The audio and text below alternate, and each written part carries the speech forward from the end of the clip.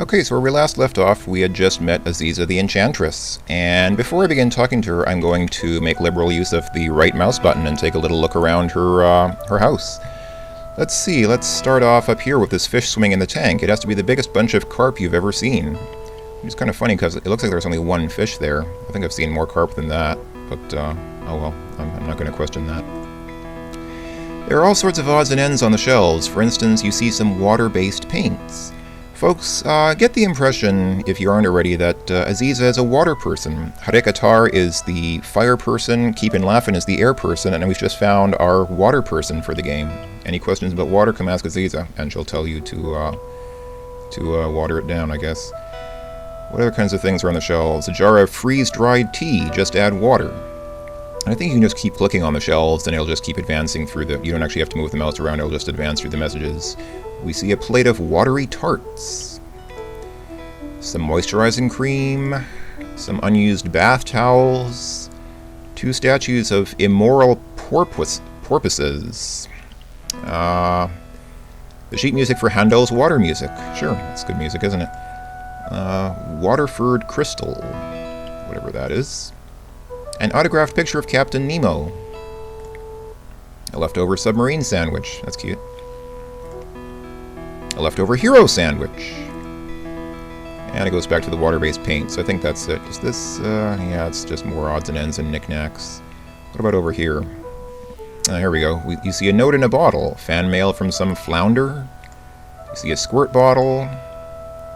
All these messages are kind of random. They're not sequential. They just sort of... Yeah, deluxe donut dunker. A bottle of butter-flavored syrup. Yeah. And then there are some books down here, and you can look at the books and you get some interesting book titles. Through the mildew, you're able to recognize some of the book titles. For example, Aziza owns Volume 5 of the Tide Life Self-Kelp series, How to Teach Generosity to Shellfish People. Nuclear Fission, which is obviously a pun on nuclear fission. Fear of Swimming. Lure of the Flies. The Tides of Marsh. The Poseidon Adventure. Clam of the Baskervilles. 20,000 leaks under the sink. That's cute. Muscle building with Barnacle Jones. Learn to program in C++. That's cute. That reminds me of people who spell Perl, the programming language, with an A, and then ask, does Perl come from the C language? Learn to play Go Fish like a card shark. And it goes back to teaching generosity to shellfish people. Yeah, most amusing. Okay, that was fun. Other things... It's the front door, it's how you got in here. Aziza keeps an indoor pond. And yes, lily pads float in Aziza's indoor pond.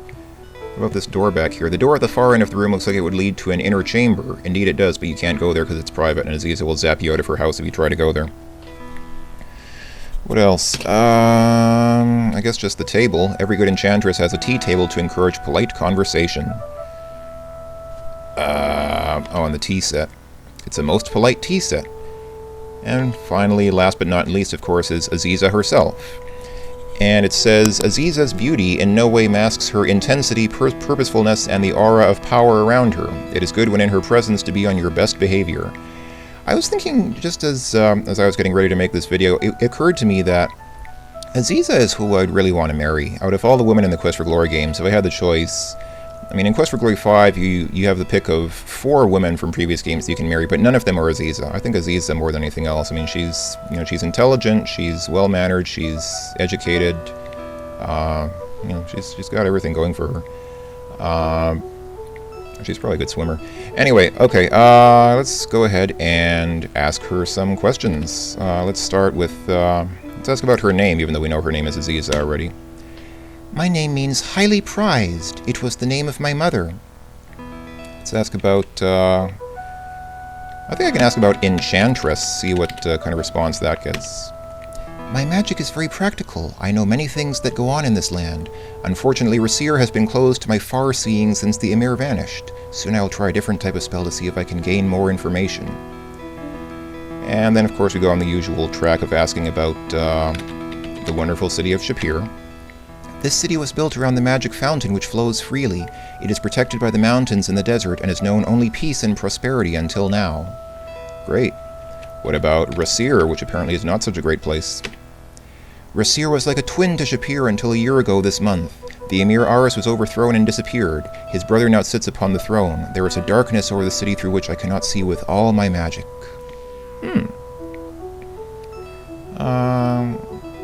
I guess I can ask about magic, huh? The magic I work with most is water magic, that of knowledge and true seeing. As water can reflect, I too can reflect spells back upon the caster. There is much magic in this land, some of a very dark nature. Let's ask about the Sultan of Shapir. The Sultan Harun al-Rashid is a most wise ruler. He often consults me for information about things. He has a good deal of understanding about people, and he knows how best to use them. He is doing everything in his power to prevent the ill omens from coming to pass. Oh really? What ill omens? You speak of omens, Aziza. There have been many dark predictions concerning this land lately. You should consult with the astrologer. The astrologer, yes, we've met the astrologer, haven't we? Do you have anything to say about the astrologer? The astrologer is fond of making predictions of things to come. Some of the things of which he speaks actually come to pass. I think that might be, I don't know if that's Aziza's quiet little way of ribbing the astrologer, or if there is no irony intended in her remark, but I'll just ignore that one. What about the Emir of Rasir, who everybody keeps talking about? The Emir Aris was a foolish man who ruled more with his heart than his head. There was magic involved in his disappearance. Since he has been gone, the city of Rasir has fallen into dark times, and many have fled the new tyranny. Okay, what else can we ask about? She must know Keepin Laffin. Do you have anything to say about him? Keepin's magical abilities are great, but his style is much too childish. Still, if you must purchase his sort of toy magic, his shop is the place to visit. And Rakesh also sent us to Aziza. Does she have anything to say about Rakesh? He is a most worthy and honorable paladin. What is a paladin, Aziza? Can you tell us about that? A paladin is one who lives with honor and courage throughout life. Okay. What else can I ask about? I think Harik-Atar also mentioned you. She says, if you please, I would rather talk of something else. She doesn't have much to say about Harik-Atar. Let's see. Well, let's not forget to ask about wit, because Keepin Laffin also mentioned wit. What is wit? If you seek the Wizard's Institute of Technocery, you will need to use the very thing for which you seek it. Is that correct? Technocery? I hope I'm pronouncing that right. Okay, so the Wizard's Institute of Technocery, WIT, obviously a pun on MIT, the famous Massachusetts Institute of Technology in Cambridge, Massachusetts. Let's see, I had a few other things. Tell me about your fish. The creatures of water are my friends, but whatever you do, don't mention this subject to the owner of the magic shop. Oh, really? Why not? I'll have to do that now that you told me not to. Tell me about your books. Oh, just the kinds of knickknacks and things we enchantresses are liable to pick up at garage sales and professional seminars. There are professional seminars for being enchantresses. Really? That's pretty cool. A few questions to wrap up. Tell us about Manners. You must have something to say about that, right? Miss Manners is a personal friend of mine. We often have tea together.